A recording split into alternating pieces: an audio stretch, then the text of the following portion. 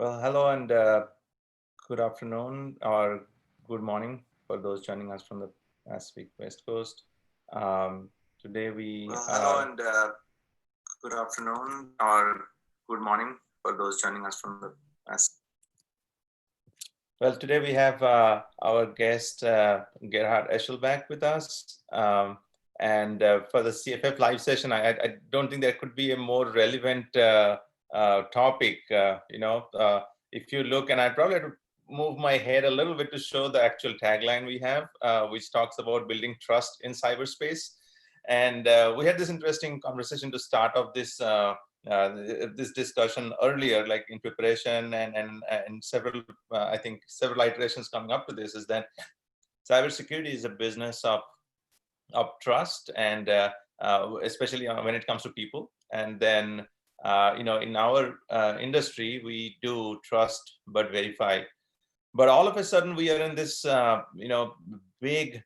I would say it started with a noise, and now it's becoming more and more a norm of zero trust. So Gerhard and I thought, let's chat about demystifying this whole concept of zero trust. And then Gerhard, you have an incredible background. I think you have made all the stops necessary to convince a lot of security practitioners that you have the chops, but also you now in a very interesting position, and I think very meaningful and impactful with the board.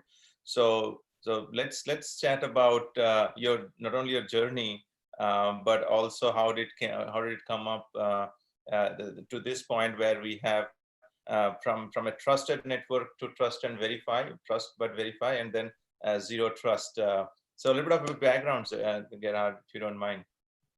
Yes, of course. Well, thank you first of all for the opportunity to chat here this morning. I think it's a very timely topic, of course. And when I look back, when I started in security, it's actually more than 25 years ago, and life was pretty easy at that time. We were dealing with a couple computer viruses a week. That was it. Well, now security is, of course, a major topic for every organization that is somehow connected to the internet, and of course, it became a board level topic as well today. So it's a major topic that every organization is dealing with. And I think over those kind of 25 years, some pretty significant shifts have happened in terms of how we look at networks, how we look at computers, how we look at security. And one of the probably most prominent changes that I see happening in the last 10 years is around this evolution from a network that has been built in a very kind of centralized, physical, centralized model where everything was within your walls, all the servers, all the infrastructure, all the systems, all the employees were coming to your office, working from there.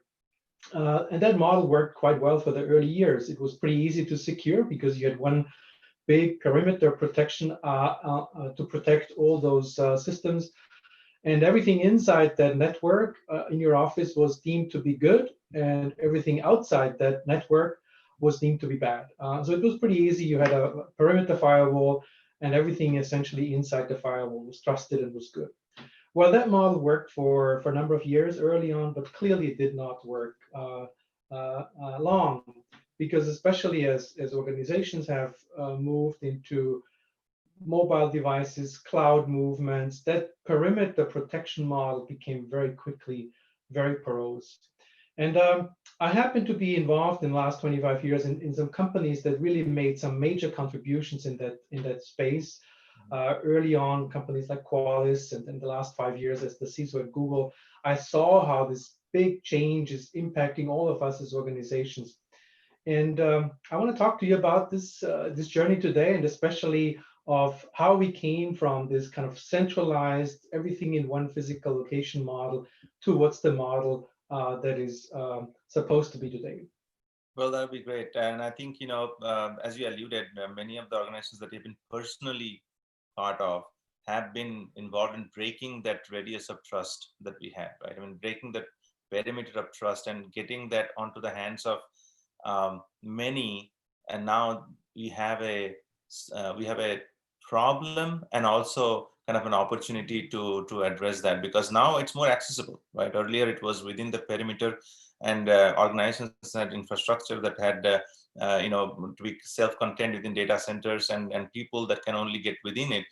But that also gave us the false hope that that was secure, or that was that was not to be moved into to bring in outside third parties, which is not the case in businesses. There's a long supply chain. I think we'll come to that topic as well. So give us your sense of where it is now, and then how do we get here? To begin with, for trust. Yeah. Well, if you think about the model that we talked about before, where everything is kind of centralized within a perimeter, everything inside is good, everything outside is bad, that has started to break down the moment we introduced roaming users, mobile users. Employees were connecting from coffee shops, were connecting from their homes, maybe potentially. And especially now, the last few months, we have seen a tremendous shift of that working from home population. Companies that before, like in March, where maybe had 10% of their staff working from home, maybe they have now 90 or even up to 100% of staff working from home. So what all of that means, all those employees are suddenly no longer within that protected perimeter. They're outside that protected perimeter, and your resources are possibly inside, but also the resources like the servers and the applications have shifted from purely being centralized inside your organization to suddenly a cloud-based model where you of course have applications everywhere around the internet. So that concept of a perimeter essentially broke down, and we have to rethink now how we're going to secure that new model, that new world where everything is kind of totally distributed and no longer in a centralized fashion. And clearly there's different concepts to approach that, but I think the biggest realization that even we had at Google in the early days, we needed to think about no longer a model where the network is the trust factor. You have to assume the network is an untrusted entity, no matter where you are connecting. If you're inside the network, inside the company network, or outside, the network is by design no longer the trusted entity. It has to be the network and the systems and the infrastructure has to be built on a model where each and every device that connects to the network has to become a trusted entity against the server that it connects to. And that is essentially what zero trust is all about. And zero trust is a very big buzzword these days. Everybody wants to be a zero trust environment, and it's real. I think it is absolutely real. But I think you have to think about it in terms of what it actually accomplishes. What it really accomplishes, it allows you as an organization to control each and every single device that connects to your servers and your systems and infrastructure. And each of those individual devices and users have to make sure that they are being trusted on the network. They have to authenticate themselves. They have to be authorized on the network individually. Every connection, every session has to be authorized and authenticated to the target, whatever that connection be. And I think that's a really fundamental shift. And it's not, I'm not saying this is easy. I think it's not an easy transition. Certainly, it's a lot easier if you are a company that's built on cloud and cloud infrastructure. The transition is a lot easier. But if you have a big, significant IT investment, infrastructure investment, this is quite a bit of change. But I think it's a very important change, considering the way that working from home will be the future, that cloud services will be the future. I think this is an absolute must transition in the next years to come for every organization. Well, I think that says a lot about how the traction on this particular concept and actual adoption is happening. And typically security principles, especially in the technology side and cybersecurity principles, are a little bit more, I would say, hard to get for a lay person, right? And that's been a struggle for us for quite some time. I think expanding the concept of cyber hygiene and all the best practices that we deal with. But what has been really remarkable, especially on the concept of zero trust, is that just like cloud computing and cloud security got the initial introduced as a hype 10 years back, or now 15 years back, I would say, and became mainstream very, very quickly. What I've seen is that zero trust as a concept has really caught on, even especially in the higher circles. And I don't know if this has got to do with the geopolitical situation or situations that are people are really concerned about cybersecurity. But just in 2 weeks back, we had our session with the executive roundtable with the leaders of the Indian cybersecurity ecosystem. And the National Cybersecurity Coordinator, one thing that he emphasized in his remarks is zero trust. And the understanding that the national security strategy has with respect to that. So that was quite remarkable, because if it was any other topic or anything, very, I would say, very close-knit cybersecurity topic, it would have been very hard for us to get that kind of response.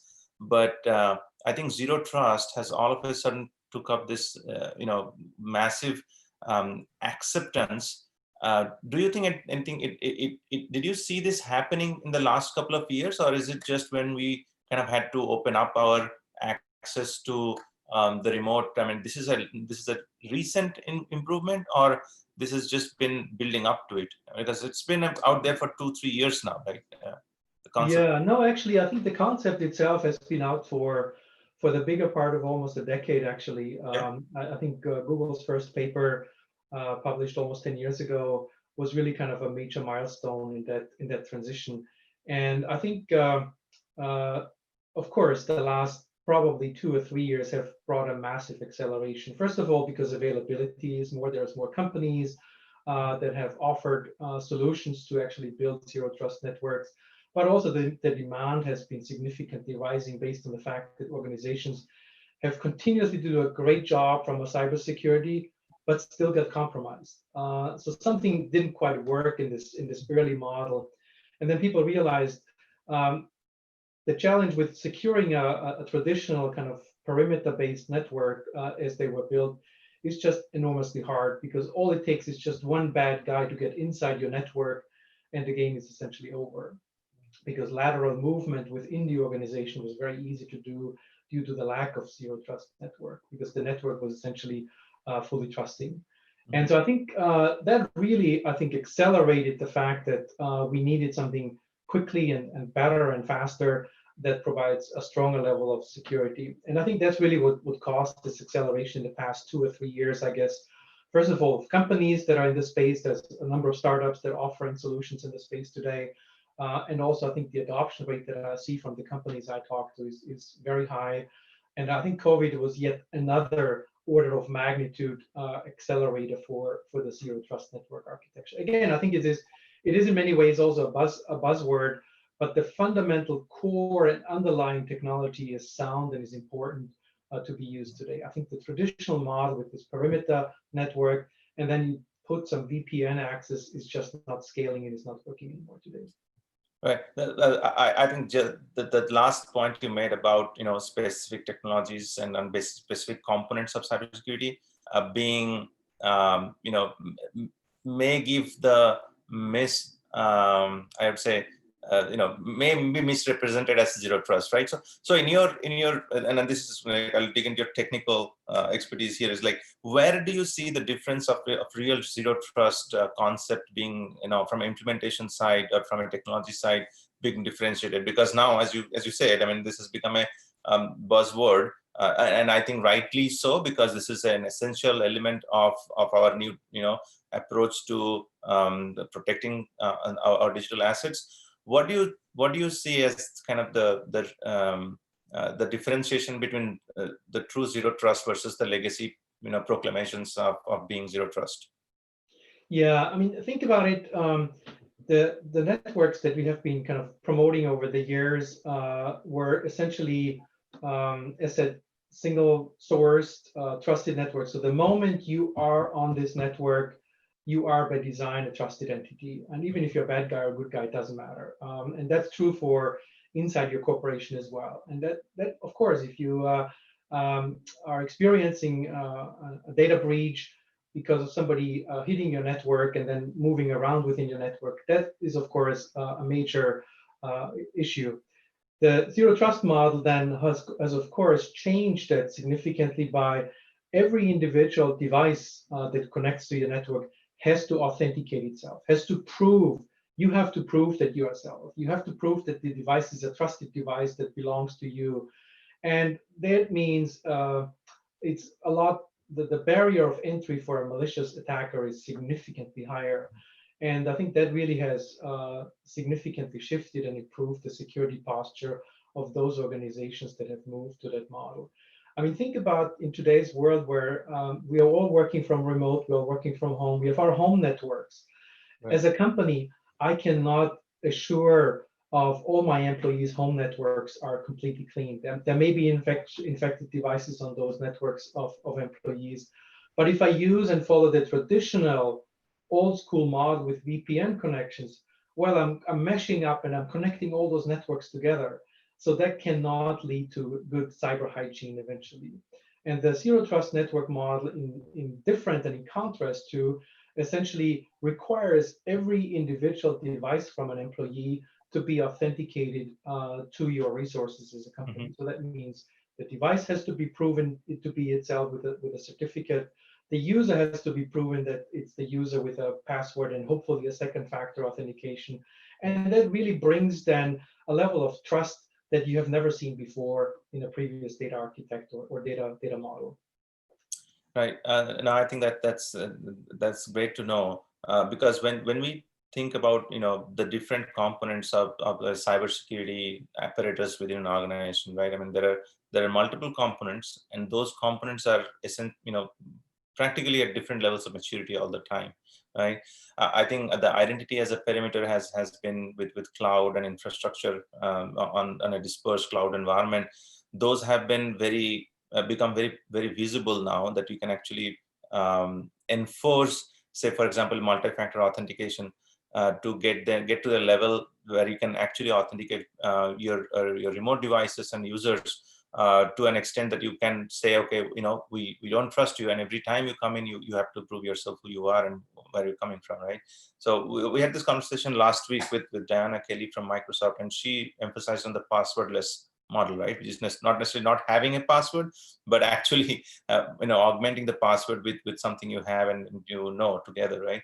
So where do you see, if an organization, typically larger organization, hopefully more resourced and having the expertise or having the resources to make this happen, where did you see is a good place to start for adopting a zero trust model? Is it identity, or is it network, or is there a starting place even? Yeah, no, I think that's a great question. I really think that identity is, of course, a major component of zero trust in many ways, because as we were talking before, it's about the user has to authenticate herself or himself, and also the device has to authenticate itself. So really you have two layers. The device is pretty easy or relatively straightforward with a digital certificate. I think it's well understood, well established. Technology is available widely, not a big issue. The big question now is, how do you authenticate the user? And of course, we all know that password itself is not strong enough anymore. It's kind of, passwords are almost unusable today. However, over the years, multi-factor authentications also became very, very important and very popular. And this was really, I think if you are thinking about zero trust, multi-factor has to be an integral part of it. I think it has to be a component of it. And there's many different ways for multi-factor. I mean, people use from physical factors to tokens to soft tokens, various approaches there. I'm kind of a fan of those physical tokens that don't require key codes anymore, like the YubiKeys and others are great two-factor tokens. They're very convenient, they're very easy to use, and I love them, use them daily.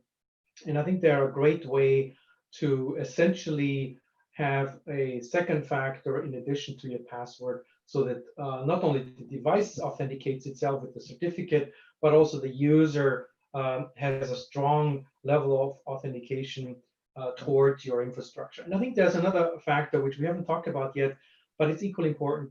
Zero trust networks or zero trust infrastructure is also about authorization.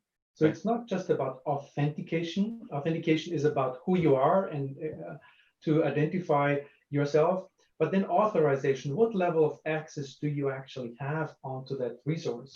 If you're connecting to a server, what level of access do you have to that resource? So zero trust is, of course, it's all about authentication of the device and the user, and then it's also about authorization that's equally important as well.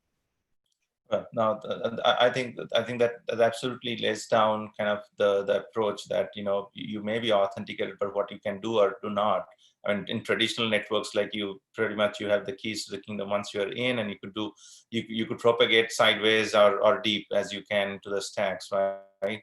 So the next logical extension of this topic, I would say, is at least in my mind, I'm thinking that earlier we had perimeters, we had defenses in depth, approaches, and then it was pretty much on-prem, and then we fought ourselves out of that on-prem. We went to cloud, and now everything, majority of this is like cloud first.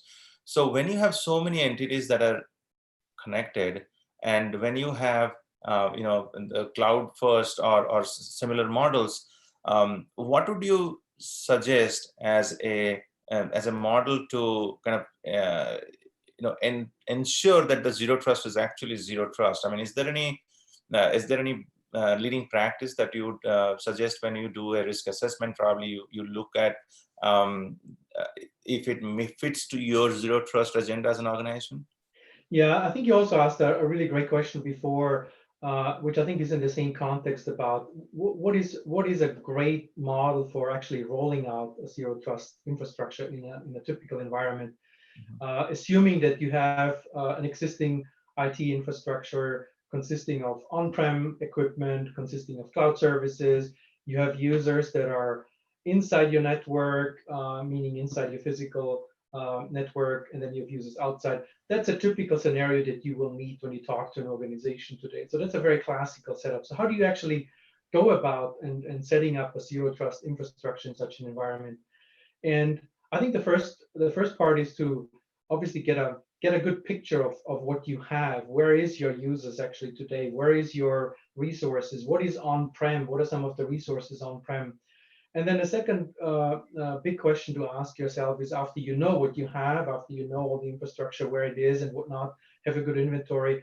The second point is, there may be some parts of your infrastructure that may not be completely suitable for an immediate transition. And I remember when we did some of the transitions in Google as well, printers typically are some of your troublemakers, because they typically are not prepared for that kind of new world there. And you're not going to just update a printer software easily or firmware easily. So while it may be pretty easy to update server infrastructure for zero trust, because there's easy software updates, there's going to be some challenges in some of the infrastructure. And you have to really maintain and manage probably some whitelisting approach for some of those devices, so that you continue to support them the old way, so to say, and transition them gradually over time. I think it certainly is important that you roll out the zero trust network in a phased model approach. And it's not going to be a big bang. I've not seen a big bang in this world actually happening, but doing a kind of a risk-based approach, where you look at what are some of your high-risk infrastructure pieces, what are some of your high-risk users, take them as first priority to the migration, and then keep some of those devices that are kind of more difficult and challenging for a phase 2 and phase 3 potentially. But I would say over the period of realistically, of course, it depends on how big the organization is, how big the networks are that we're talking about here. But I have seen transitions in the order of magnitude from 3 months to 1.5 years. It's really kind of in that time frame that it takes you to actually build a transition. But it's totally worth it. I think it's absolutely the right architectural model to do. And I can only encourage everybody who is listening today to take a look at their environment and start thinking about how they could make such a transition. Well, very valuable advice, Gerhard. Thank you. I think when we talk about expanding a concept to the scale that we want to, especially this particular topic of zero trust, what are the resources you think are available? And you mentioned, it started off pretty much a decade back with the white paper, right? So that's something we talked about.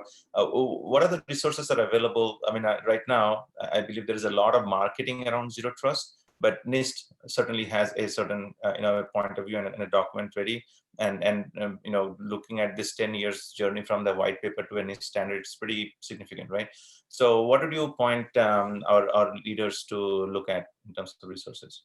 Yeah, no, I think you're right. I mean, I think a good starting point as you're thinking about zero trust is always to read the original kind of the Beyond Corp paper, the Google paper that was published in about 10 years ago. That is probably always a great starting point to kind of get familiar with kind of the way how zero trust networks are built. And then I've done actually, I think a couple of days ago, I did a quick search for zero trust networks, and it's always mind-boggling kind of the amount of information that you get there, from various academic papers to vendors, of course, promoting their technology. I'm not here to promote any vendor particularly here in this call today, but I'm super happy if somebody is interested in more in-depth. If they can reach out to you or me or somehow, I'm super happy to do kind of on a one-to-one basis to give more specific kind of experience about individual solutions that I have. But I probably would be a little bit too much here on this call. That'll be fantastic. I'm sure you won't imagine how many people take you up on that. So I certainly will. Certainly.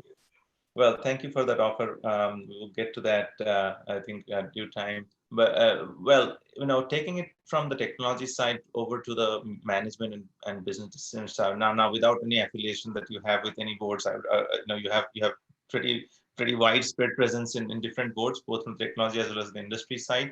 What is your experience in getting this packaged and presented to the boards to make a decision? Because this is not a simple journey, right? For large organizations, it might be with a lot of legacy, especially, it would be a pretty significant journey. You would need a significant amount of resource and finances and funding and a commitment to get through. So what would you suggest for the leaders that are listening in to kind of have this conversation with their C-suite, their SLT, senior leadership team, or board? Yeah, I mean, I think the biggest challenge is how do you make the business case, I guess, for zero trust networks, because it's not one of those technologies that will fix a data breach, which is obviously that companies are putting money in there. But how do you make the business case for such a more proactive model and a proactive investment into a zero trust network? And I use always I've done some research in the data breaches of the past 5 years. I was looking in detail in terms of what was actually the reason why companies get compromised. And big ones, large ones, if you look at some of the public data, and you find there's two primary reasons. There's many small reasons, but the two primary drivers why companies get compromised is, one, missing patches somewhere in their environment, and second is password loss in the organizations. And if you think about both of those cases are issues because of the network security architecture that has been chosen in the past with the kind of trusted network, where at the moment you have an attacker on your network, and even if it's just an employee's desktop that's being compromised, that means the whole company is compromised. Now, zero trust changes that fundamentally. So if you essentially think about zero trust as a way to prevent and eliminate or reduce the risk of cyber incidents, I think it's a great way to deal with those two major reasons and drivers for security incidents. So I think it's a way of kind of making the case why zero trust is not just a cool and hot technology that's being promoted everywhere. I think it's a real problem solver that every organization has, and it solves about 90% of the security issues that companies are facing today. Oh, thank you. I think that broad look will definitely be of interest to the higher ups in the organizations, especially when you are trying to commit to this cause, right? I would say it's a cause at this point now. Well, I had a question from one of the speakers or one of the audience attendees who couldn't join or stay longer. is about third-party risk and zero trust, how it relates to them, right? So large organizations, especially, and large and small, I think everyone has a supply chain of their own. When we have an existing supply chain and our third-party risk is in a, that's another area where we definitely need a lot of improvement.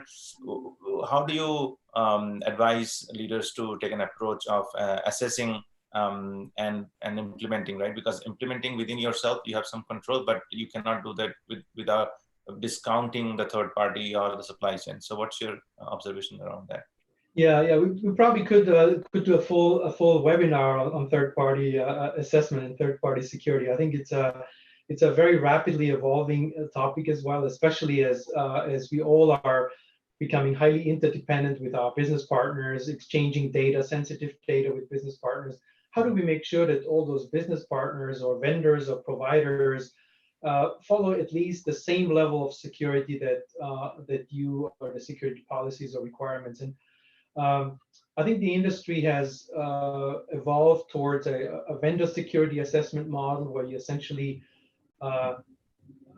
prioritize or look at all your third-party vendors, and kind of based on the sensitivity of data that you're exchanging with them. Some of them maybe lose relationships where you don't necessarily have big data exchanges, but some of your partners, you may have very deep data exchanges. And obviously, in all cases, customer data is always most sensitive. So I think there is going to be different tiers. And what's important here is to recognize those different tiers and to recognize and acknowledge that within those different tiers, you want to do different levels of assessment. So for the more sensitive partners, you want to have deep assessments. You want to go on site. You may want to do even penetration tests. You want to really have a reassurance that that partner follows the same level of security standards that you are. And then at the lowest level, those partners where you don't necessarily exchange sensitive data, but they're still important partners to you, you may want to do just questionnaire-based models, a very simple questionnaire-based model that allows you to get reassurance that they have done all the best practices from a cybersecurity perspective, that they are following all the required standards and whatnot there. But I think there is a real scale question as well, because one thing is you're reassuring yourself about this partner at the beginning of the partnership, but what about in 6 months from now, in a year from now, in 2 years from now? When is the right time to do the reassessment of those partners as well? So I think it's becoming a really major driver for the industry, this really vendor security assessment of third-party risk vendor, because even if it's a partner that's compromised, it's going to be your problem. I mean, you essentially own the responsibility for the partners that you're dealing with. And I think it's a real key. And so I'm afraid this is a complete separate area that I think is going to be taking another probably 2 hours to talk into great detail, and a lot of experience in that space as well. Right, this will be our next session. Yeah, absolutely. So a couple of questions. So you have time for taking probably just a few other questions. I think one that came up from our friend Nag Devi, great supporter and friend on the advisory board for CFF. He's asking about the culture of zero trust, right? We had a culture of trust, not a culture of zero trust, which is very interesting when you deal with chief risk officers and those that are interested, in that particular frame of reference. So tone at the top or bottom up approach? I mean, where or both? I mean, how do you suggest this being taken up? Yeah. Well, I think, really from an end user perspective, the zero trust model is not substantially different, actually. It's just the fact that a lot of the things are happening behind the scenes, like the digital certificate, the device authentication with the certificate, it happens automatically. There's nothing really you as a user have to worry about it.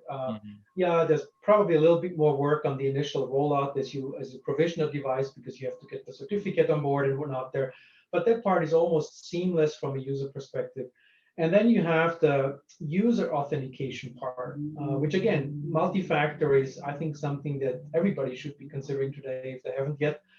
So I think this is almost unrelated to zero trust. I mean, of course, it's related to zero trust in many ways as well, but I think it's a separate step that I think is necessary today anyway, no matter what. Password itself is no longer necessary. So I'm making the case here on this call that zero trust doesn't necessarily introduce burden or additional overhead for the end user. but I think it substantially raises the level of security. Excellent. I think that's a very good observation, because anytime you touch security, you have to be careful about the end users. We like to be an industry of the backstage, right? Yes. The moment we are pulled to the front, and that means it's something really bad. Yes, exactly. Well, the other question that our colleague here, Krupesh Patel has about zero trust and SaaS providers leading practices and alignment to meet client and service provider goals. I think what I can make out of this question, or of this observation, probably a question, is that how do you have a alignment of the meeting the goals versus where we are with leading practices of zero trust. So it's a journey, right? You can't really say one day you turn it on and you're ready. So you have to work with your providers. What your thoughts, Gerhard, on this topic? Yeah, I think actually that some of the cloud providers actually are already ahead of that model, because they have been built during a period of time where zero trust networks were already kind of invented or existing, so to say. I think so. There's less of a concern in my mind for the cloud-based applications and the cloud-based architectures. I think the bigger concern for me is primarily how do you transition existing kind of on-prem type infrastructure into a zero trust environment. So I think almost all the cloud native applications and technology and stacks are already built with a zero trust network model in mind. So I think the real concern is around transition of existing investment infrastructure, which can be significant in a lot of organizations, and I realize that. Absolutely. All right, Gerhard, and thank you for spending the time with us. I think we took more time than we accounted for, but it is a great topic. I think with your significant experience of over 2 decades, and having on the forefront of the zero trust concept itself 10 years back, even more, it's great to hear from you as this concept has evolved. Again, speaking about of the different topics that we have been through, this stands again as a significant topic. And again, we're talking about the need to have trust, the need to have trust but verify.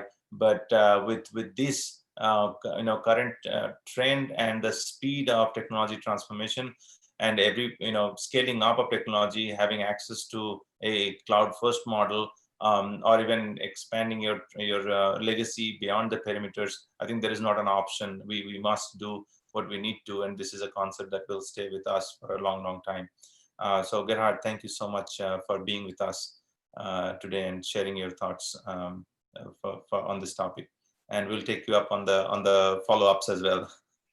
Pleasure to be here. Thanks, Val.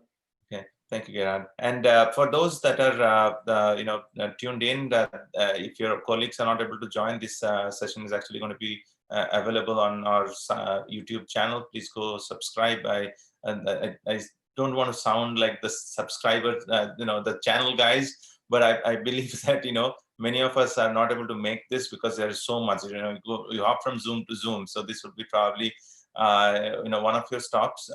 But please feel free to share. This is a very important topic. As we move forward to the next week, we have an excellent program coming up, and actually that's very close to again CFF's core.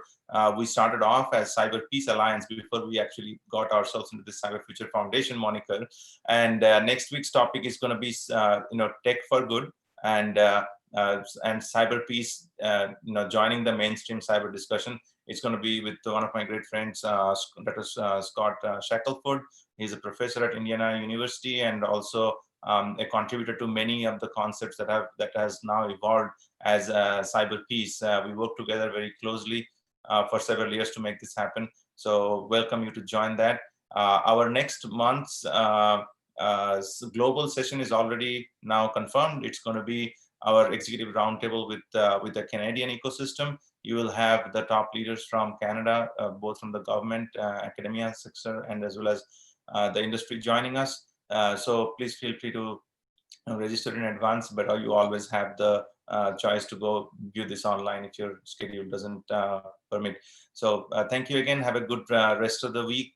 Be safe and be well. We will meet you next time. Thank you, Gerhard. Thanks, everyone. Take care. Bye-bye.